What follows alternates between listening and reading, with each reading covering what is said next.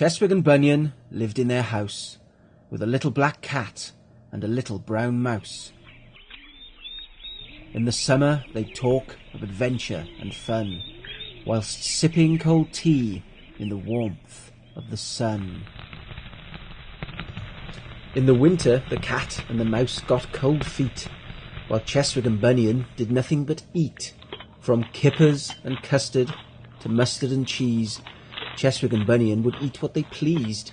They fed the cat fish and the mouse lots of cheese, but they didn't like pepper, 'cause that made them sneeze.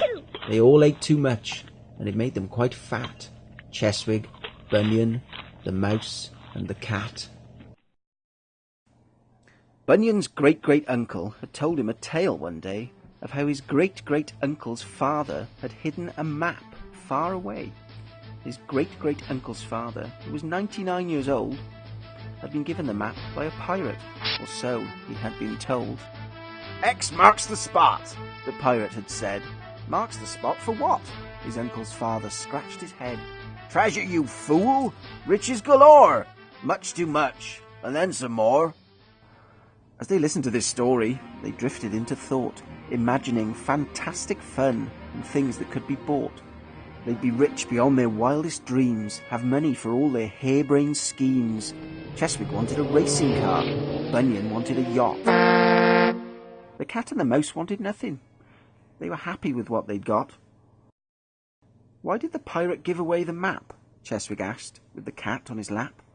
Maybe he had enough treasure already, or took too much and his ship got unsteady. Whatever happened, they had to find the map. Chestwig stood up, and the cat jumped from his lap. Before they left the house, they put their heads together, working out what clothes to wear in case of nasty weather. They followed the point of a compass and steadily headed west. They walked through the woods towards the hill, thinking that way would be best. The woods were dark and creepy, the floor was slippy and wet. The trees all seemed to have faces, but when the mouse began to fret, a beam of light shone through the trees and lit a pathway out. They followed the path and walked out of the woods, and hills were all about. Some of the hills were lumpy and green, some were pointy and grey. Some of them were white with snow on peaks many miles away. At the foot of one of the tumbling green hills was a cabin built out of wood. They'd been looking for great-great-uncle's home, and right there in front of them it stood. They approached the cabin and knocked on the door. It came off its hinges and crashed to the floor. They walked inside. The cabin was bare, apart from a table and a hat on a chair. Bunion lifted the hat and something fell out. The four of them stared in amazement, as there was absolutely no doubt. This was the map that pointed to the gold. They'd have enough money for when they got old. Bunion picked up the map and dusted it down, then studied the clues with a clever-looking frown. He stroked his chin, or where it would have been, then turned to the others and said, "Button up your coats. I hope you like the cold. We're climbing up that mountain to get the pirate's gold." They followed a narrow path that spiraled around a peak, trudging forward in the frosty air until their legs got weak. As they climbed higher, the air began to freeze. Snowflakes tickled their noses, and they all began to sneeze. They made it to the top of the mountain, and, as the map had said, they walked into a dark, cold cave, and Chestwig bumped his head. They stood in the cave and tried to get warm, as into the dark they peered. All of a sudden, the ground gave way, and the four of them disappeared. Helter-skelter, swirling and tumbling, the wind was on their faces, the mouse's tummy rumbling, rolling and sliding oh so fast as the rocky heart of the mountain whizzed past. Their ears were popping as they plunged ever lower, so they stuck out their arms to make them go slower.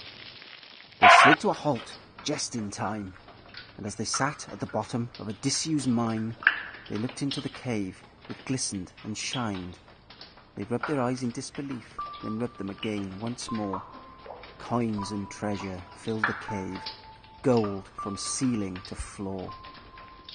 They waded into this sea of gold with mad looks in their eyes. They tossed the coins into the air, and then got a big surprise. It soon became quite clear why the pirate had given away the map. As they sat there in the treasure, the coins melted in their laps.